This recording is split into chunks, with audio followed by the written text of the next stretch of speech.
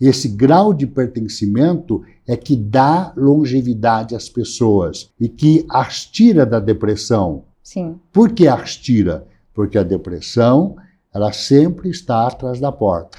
A qualquer momento, ela toma conta de você. Oi, pessoal, meu nome é Bárbara Sino, sou nutricionista da Vita e esse é o nosso primeiro videocast da Vita, onde a gente vai abordar assuntos referentes à saúde, bem-estar, longevidade. E para o nosso primeiro videocast, eu apresento aqui o Dr. José Augusto, psicanalista.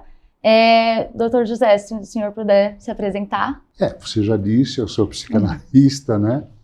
E estou aqui para falar sobre esse tema, a longevidade, que é um tema muito atual, até porque é um tema contemporâneo, né? Porque só recentemente as pessoas estão pensando em viver mais de 100 anos, né? Uhum. Então vamos ver como que isso é possível, né? Legal. E conta um pouquinho pra gente sobre qual que é o seu foco de atuação, qual o seu público. Hoje o meu público ele está na área médica e empresarial, né? Uhum. Basicamente, mas eu estou trabalhando já há 30 anos dentro da psicanálise, né? Fazendo atendimentos de todos os tipos, né? De sintomas que as pessoas têm hoje, né? Mais modernamente, a depressão, a ansiedade, a bipolaridade, né? E outros tantos sintomas que estão aí hoje, né? E todos nós já conhecemos, né? Perfeito, perfeito. E assim, é muito curioso, né? Porque isso da longevidade tem se falado cada vez mais. Eu, como nutricionista e também atendo em área clínica, a gente fala muito sobre a saúde de uma forma mais holística, né? Então, até trazendo a longevidade, ela tem alguns pilares, né? Aqui na Vita, a gente está fazendo um exercício de ler esse livro, que é o Outlive. Não sei se o senhor conhece, se já fez a leitura, mas aqui o Peter Attia, né, que é o médico que escreveu esse livro, ele fala muito sobre os pilares para alcançar uma velhice mais saudável, né, e eu queria saber o que o senhor acha, como que é a sua conduta, né, no momento ali da consulta com relação a esses pilares.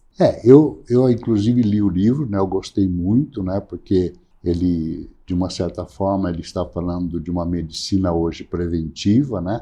As pessoas elas têm que aprender a se cuidar, não é verdade? Eu, como psicanalista, eu entendo que todas as doenças elas são psicossomáticas ao longo do tempo, né? Elas partem da forma como nós pensamos, né? Ou sentimos, né? E o livro ele vai nessa direção, mostrando para as pessoas, né? Como elas devem se cuidar para ter uma boa saúde, não é? Sim. E a boa saúde é fundamental, porque eu entendo que nós temos a imunidade física, eu colocaria a imunidade mental e a imunidade espiritual também. Uhum. E quando baixa essa imunidade física, mental e espiritual, nós podemos ficar depressivos, tá? Aliás, tem um livro muito importante, né, muito atual, que para mim é a melhor obra, né, uma verdadeira anatomia sobre a depressão, que é do Dr. Andrew Solomon, que fala O Demônio do Meio-Dia. Ele até ironicamente coloca Demônio do Meio-Dia porque a depressão sempre aparece no final da tarde, nunca ao meio-dia. Mas ele coloca dessa forma para mostrar que a depressão ela está atrás da porta. Ela sempre está escondida atrás da porta. E quando a sua imunidade cai, ela entra. Seja física, seja mental ou até mesmo espiritual. Sim, sim.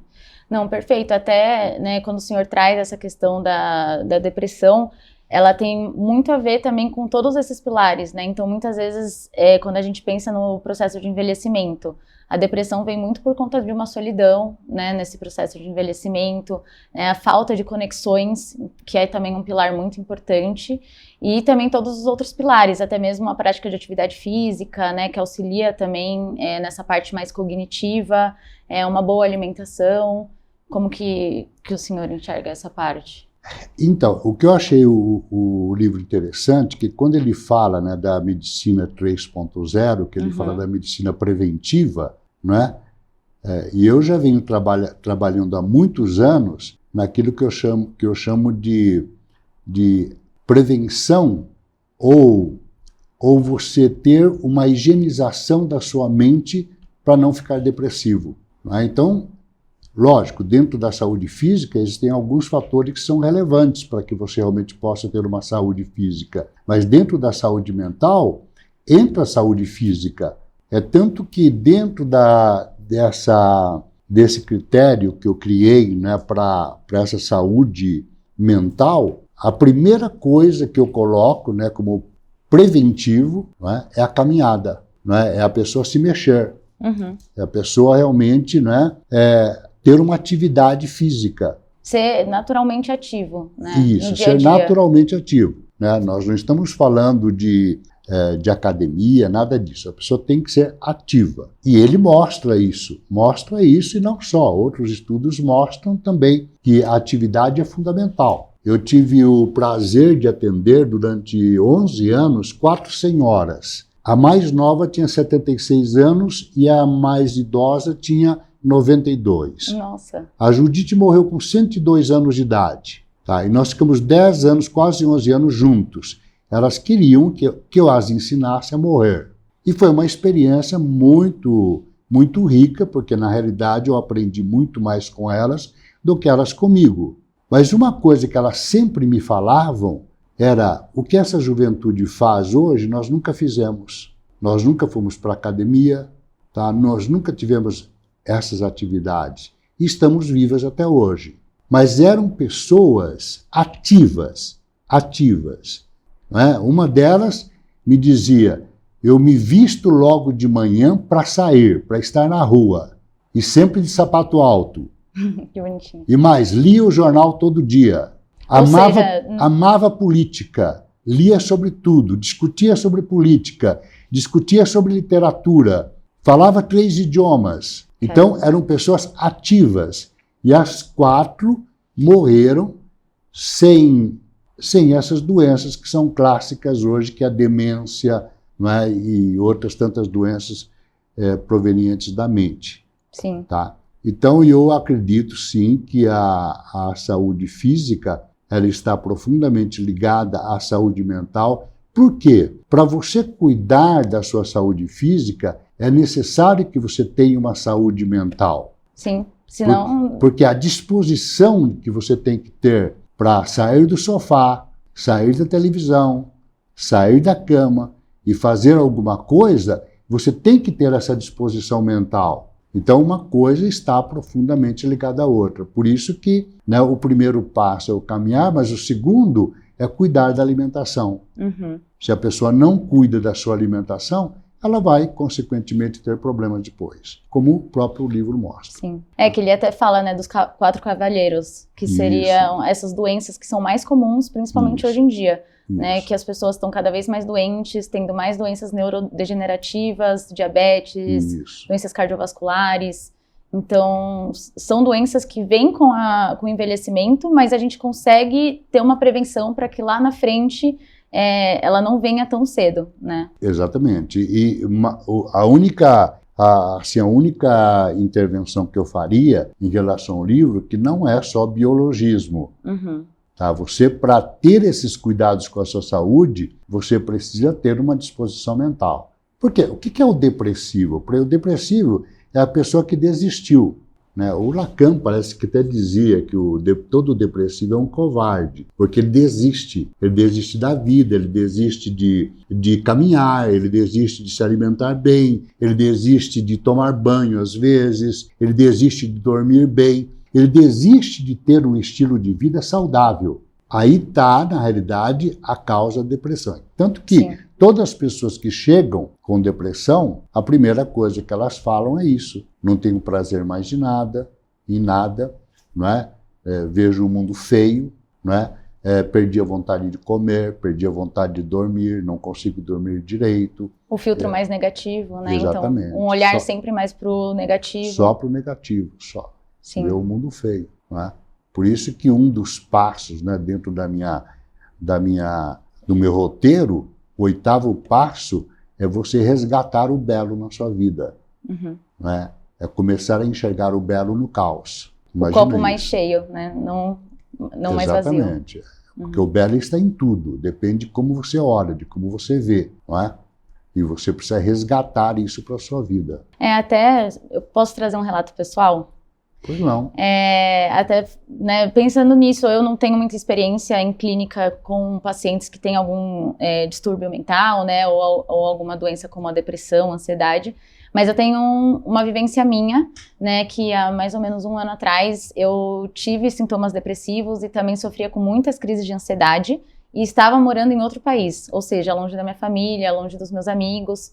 E aí vinha muito a solidão, essa questão da solidão, e eu sou uma pessoa muito do social, assim, eu fico feliz quando estou com a minha família, com os meus amigos, e eu me vi numa situação muito sozinha, e aí isso começava a me deixar cada vez mais depressiva, cada vez sem vontade de sair, de ver o mundo lá fora, e já fazia tratamento, né, com terapia, mas era muito difícil colocar em prática, porque eu já estava dentro de um cenário muito negativo, né, onde eu não estava com a minha família, com os meus amigos, então para mim era muito difícil colocar em prática, e além desses sintomas mais depressivos, eu acabava tendo muita ansiedade, né, a ansiedade de que isso passasse, e diversas crises eu tive ao longo desse tempo, e aí o que me ajudou muito foi a prática de atividade física, assim, meio que, basicamente foi um tratamento tão eficaz quanto o medicamento, né, que eu também tive que começar a tomar. Mas tanto a corrida, casada com a prática de yoga, que eu fazia muito lá, foi o que me ajudou muito a amenizar esses sintomas depressivos e de ansiedade. Então, acho que esse pilar da atividade física eu priorizo muito, tanto nos meus atendimentos quanto para a minha vida, assim, depois dessa experiência. Então, você disse uma coisa aí que é sistêmica hoje, não é? No mundo, podemos dizer assim, né? Que é a questão da solidão. Há muitos anos atrás eu vi uma palestra do Dr. Kalesch e ele falava assim, as pessoas elas estão morrendo de solidão, né? É tanto que quando a pessoa chega depressiva, a primeira coisa que ela diz é que ela abandonou os amigos, que ela não quer ver mais ninguém. Então, e nós somos seres sociais por excelência, já dizia Aristóteles lá atrás. Nós precisamos nos sentir pertencentes a um grupo, a uma comunidade, né? É tanto que a gente, naquela série Blue Zones, né? Zonas azuis, a gente vê que os fatores fundamentais que fazem as pessoas centenárias chegarem até lá é a comunidade. Não é família, não é estar com a mulher sozinhos, nada disso.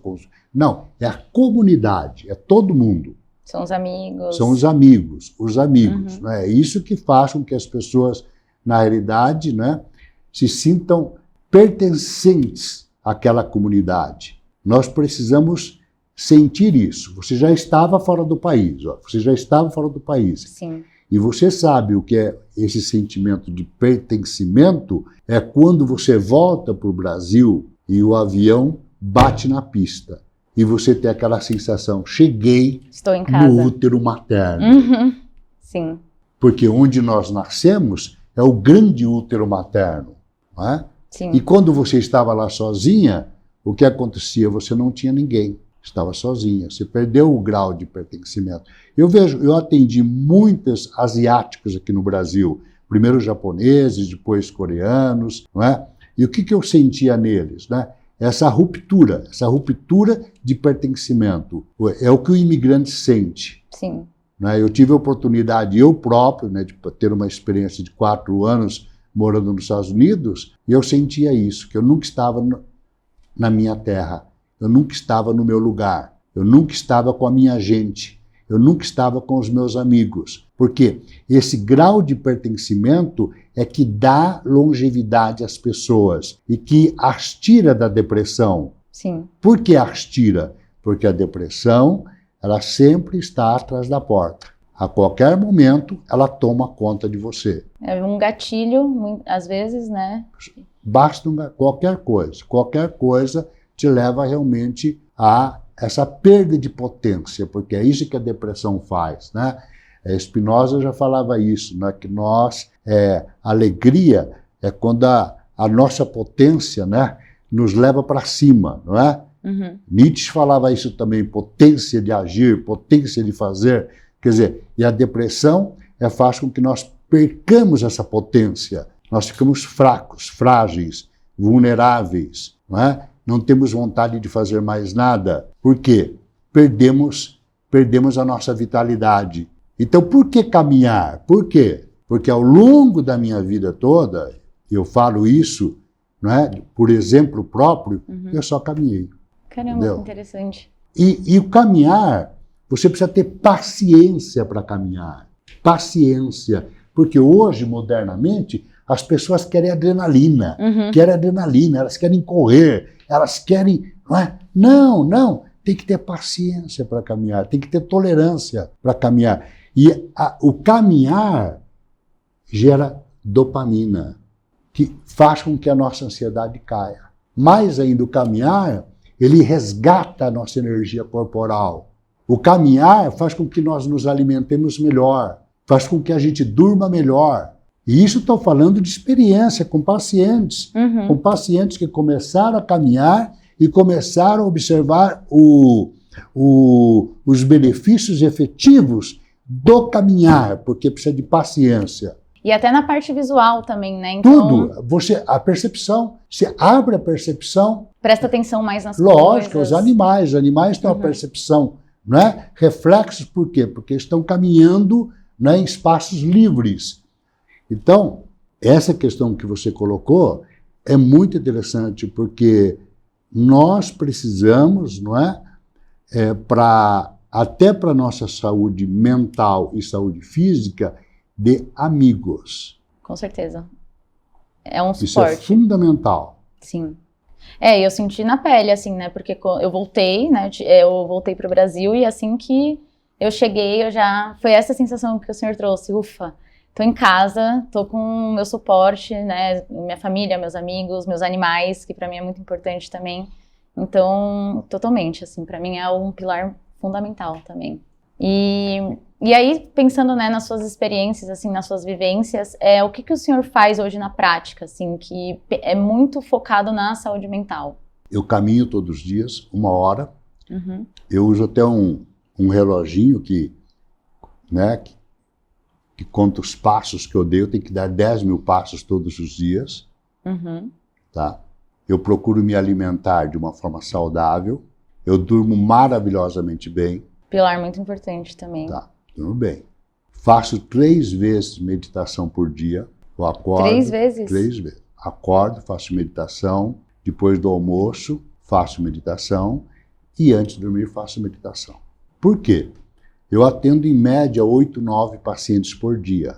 Muita coisa. E ninguém vem para me trazer soluções. Sim. Coisas alegres. É sempre problemas, lógico. Quem paga a terapia porque quer realmente buscar soluções para os seus problemas.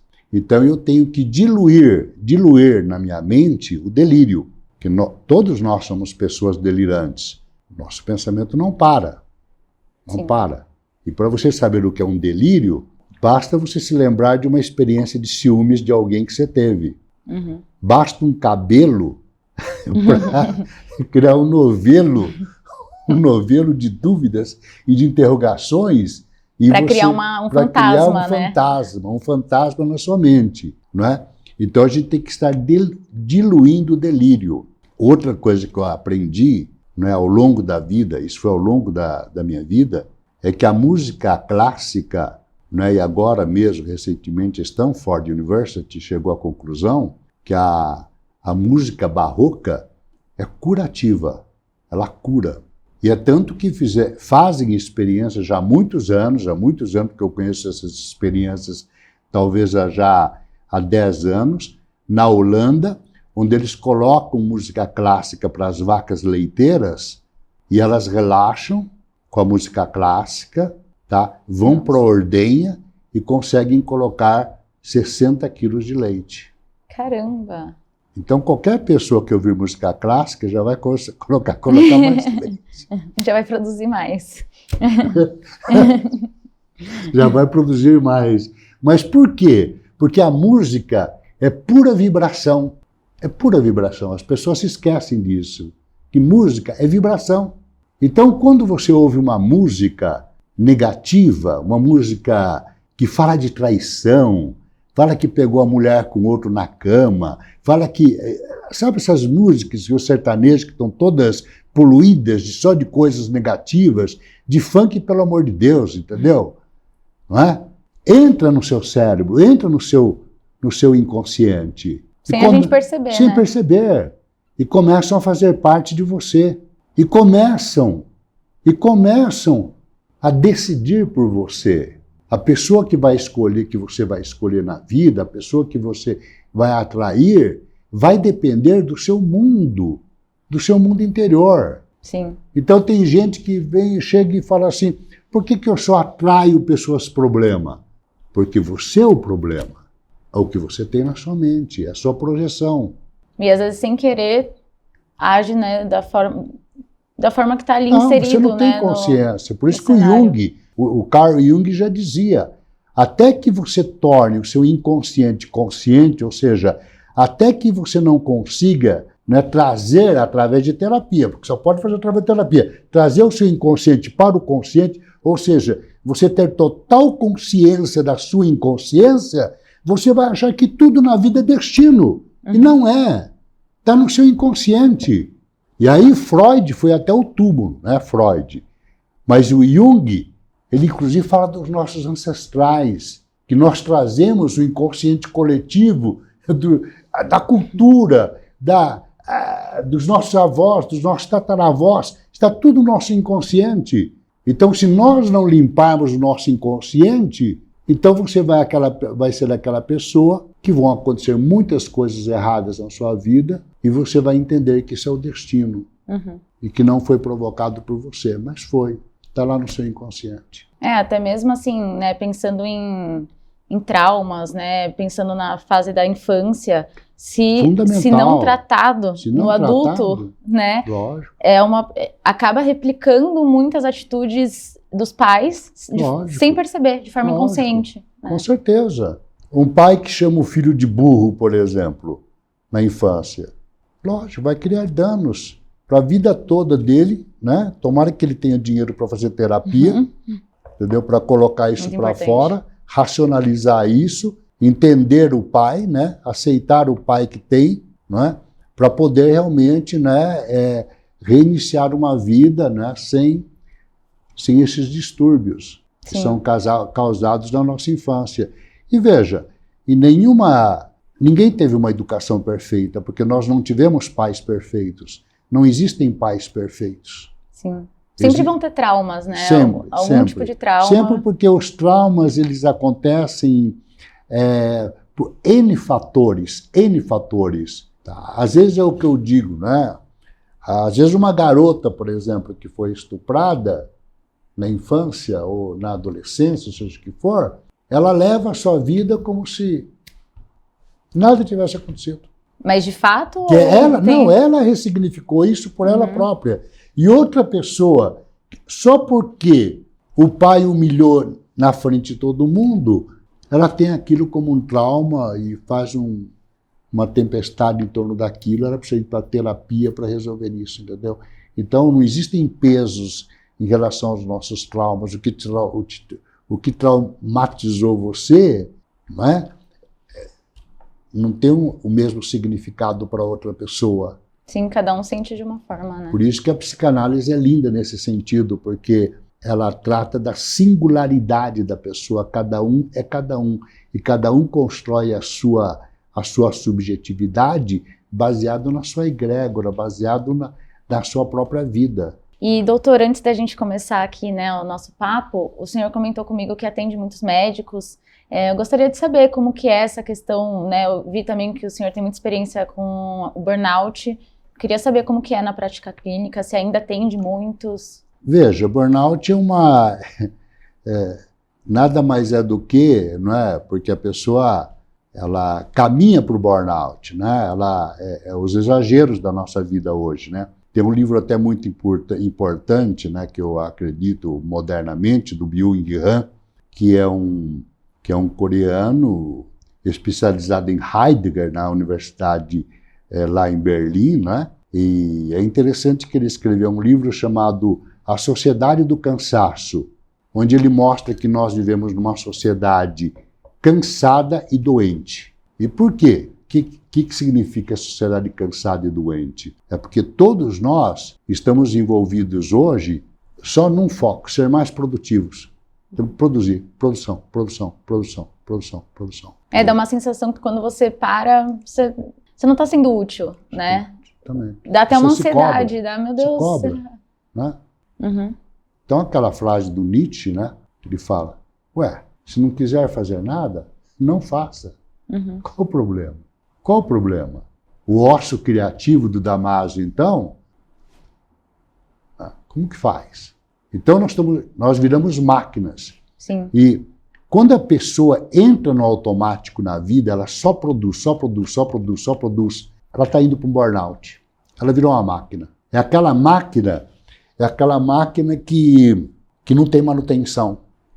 Como qualquer máquina dentro de uma empresa que você não dá manutenção, vai parar no momento errado. É como uma peça de avião que você não dá manutenção na hora certa. Vai cair. Entendeu? E assim somos nós. Então, uma coisa que eu alerto muito meus pacientes, muito, né, é essa questão da manutenção.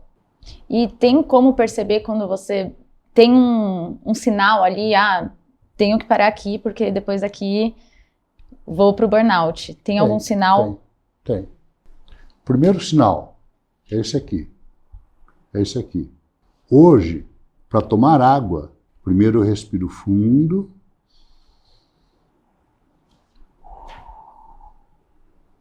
E depois tomo a água sentindo a água. Você sente a água que você toma? Não. Você está indo para o burnout. É sentir, é prestar atenção no que está tomando. Prazer, resgatar o prazer das coisas. O prazer das coisas. Você não é máquina. Para de fazer tudo rapidinho. Você toma água rápido, você não sente nada. Você come, almoça rapidamente. Você não sente mais nada. Mexendo no celular, você não sente mais nada. Sexo é só rapidinho. Você não curte mais a sexualidade. Tudo tem que ser rápido, você né? Tudo tem sexo tempo. Como o cachorro e a cachorrinha. É Sim. isso. Sim. Então, quando você entra nesse automatismo em que você perde o prazer das coisas, daquilo que você está vivendo, você está indo para o burnout. Porque vai chegar um momento que você vai quebrar. Você vai quebrar. E aí, o que a pessoa sente, de fato, assim, quando chegou no limite, acabou? Não sente nada. Outro dia uma empresária, eu marquei sessão com ela às 22 horas. 22 horas. Caramba, o senhor vai até tarde também. Vou até tarde. Mas eu me cuido. Sim. Eu me cuido. E ela comendo a sessão. Eu falei, você está jantando agora? Ela disse, não, eu não tinha almoçado ainda. Caramba, 10 da noite. 10 da noite. Isso aconteceu. 2 semanas depois, ela, caiu no meio da empresa, teve uma síncope, desmaiou. Lógico, quebrou. Quebrou. E eu vi, assim, eu senti, né, pelas notícias, por tudo que estava acontecendo, que isso aumentou muito desde a pandemia, né? Pelo menos o termo foi muito utilizado nessa época, assim. Vamos dizer que a pandemia agravou certas situações, não é? E criou para nós outros problemas. Mas essa questão do automatismo já vem há tempo, não é? É tanto que até tempos modernos, não é? Tempos modernos no filme do... Você assistiu Tempos Modernos? Não. É sobre o quê? Então você precisa assistir. Então eu preciso assistir. Você precisa assistir. Tá? É um filme que mostra exatamente, né, que o homem tinha virado uma máquina. Realmente. E assim, quando dá esses sinais que o senhor comentou, né, esses sinais do corpo, de ficar muitas horas sem comer, de não prestar atenção. Vários sinais. Por exemplo, você não fala mais com amigos. Você não tem mais tempo. É um sinal. Sim. Você não se alimenta mais direito, você não tem hora mais para se alimentar. É outro sinal. Você dorme mal, acorda cansado. Você acorda cansado, é outro sinal. Estou dando sinais, inclusive, que ele está falando. Sim. Sim. O que ele está falando? Tá? Ó, você vive irritado, vive tenso. É outro sinal. Ó, você não para, tá? Suas pernas estão sempre mexendo. É outro sinal. Sim. Sinais comportamentais. Você também, você não consegue reter numa leitura, ou não consegue assimilar. É outro sinal. Então, são muitos os sinais que são dados para mostrar, entende, que nós estamos no automático. Sim. E esse automático, ele está nos levando para o burnout. Primeiro uma depressão, depois, às vezes, nem uma depressão, é um burnout direto. De cara. Porque é o esgotamento total. É quando nós exaurimos todas as nossas energias. E como que a pessoa volta, assim, né? Depois do tratamento, como que é essa volta para o mercado, para o trabalho, né? Em si. Eu tenho pacientes, por exemplo, que criaram ojeriza em relação às suas profissões. Caramba. Que não conseguem nem passar na frente da clínica hoje. E pessoas que no começo amavam a profissão. Uhum.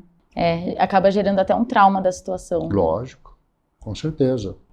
Bom, doutor, o papo está muito bom, mas só para a gente encerrar, então, de forma prática. Quando, né, a pessoa quer uma dica sobre como envelhecer de forma mais saudável, como cuidar da saúde mental para evitar um possível burnout ou uma depressão, o que o senhor daria de dica? Comece a caminhar, primeira coisa. Caminhada. Caminhada e cuidar da sua alimentação. Porque o corpo é um presente, o corpo é uma dádiva. Então, nós temos que cuidá-lo, não é, com carinho. Uhum. De dentro para fora. Isso. De fora para dentro. Exatamente. Bom, e agora só para fechar, um bate-bola sobre longevidade. Então, a ideia é eu falar uma palavra e o senhor fala o que vem na sua cabeça com relação à longevidade, né? Como viver mais e melhor. Um superalimento. Peixe. Certo. Um livro. O Outlive. Outlive. Uma série, um documentário, um filme. Pode ser Blue Zoom, pode ser Dias Perfeitos do Wim Wenders, que é um filme maravilhoso. Uma técnica, uma prática. Meditação. Uma música. Barroca.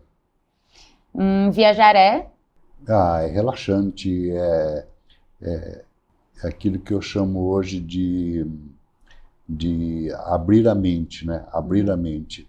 É neuroplasticidade. A neuroplasticidade é isso, né? Quando a gente vê coisas novas e diferentes, a gente abre a nossa percepção e a nossa visão de mundo também. Legal. E para fechar, longevidade é? Vida. Mas longevidade saudável. Uhum. Saudável. Sem doenças. Sim. Envelhecer sem que a cura, né, seja um medicamento. Sem demência, sem Alzheimer, sem doenças. A longevidade é boa quando está dentro desse critério. E por fim, só mais uma pergunta. Você não vive sem? Sem amor. Que lindo. Aliás, Freud falava que amor é a única solução saudável para todos os problemas do ser humano. Bom, doutor, muito obrigada pela sua presença. Foi o melhor jeito de começar aí o nosso primeiro videocast com a Vita. Gostaria de agradecer esse conteúdo super rico que você passou aqui pra gente, desse assunto super relevante. Se quiser deixar alguma mensagem aí para quem está nos ouvindo. Eu resgataria novamente o amor, né? Porque hoje se fala muito em amor, em amar, mas o que é amar, né? Não é uma coisa subjetiva. É alguma coisa real, é cuidar-se. Isso é amar. É cuidar-se e cuidar do outro. Tá? Isso é amar. Ótimo. Muito obrigada pelas palavras, doutor. Gente, a gente fica por aqui. Nos encontramos em breve. Tchau, tchau.